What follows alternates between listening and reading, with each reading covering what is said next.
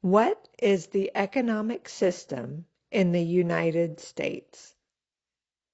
During the Cold War, what was the main concern of the United States? The United States has a capitalist economy. It has a market economy. In a capitalist economy, people can choose how they make money. People can own businesses or choose where they work and what they want to sell. The goal is to earn money. Communism is the opposite of capitalism. The government owns all businesses and land. The goal is for everyone to be equal. There are no rich or poor people.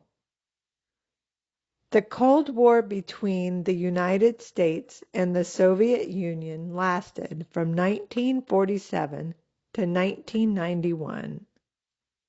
The Cold War was not fought with weapons.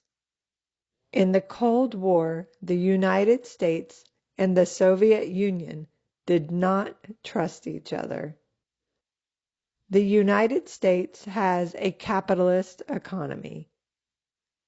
The Soviet Union was a communist country. The United States did not want the Soviet Union to spread communism to other countries. The Cold War ended in 1991, and the Soviet Union broke up into separate countries. What is the economic system in the United States? It is a capitalist economy. It is a market economy. During the Cold War, what was the main concern of the United States?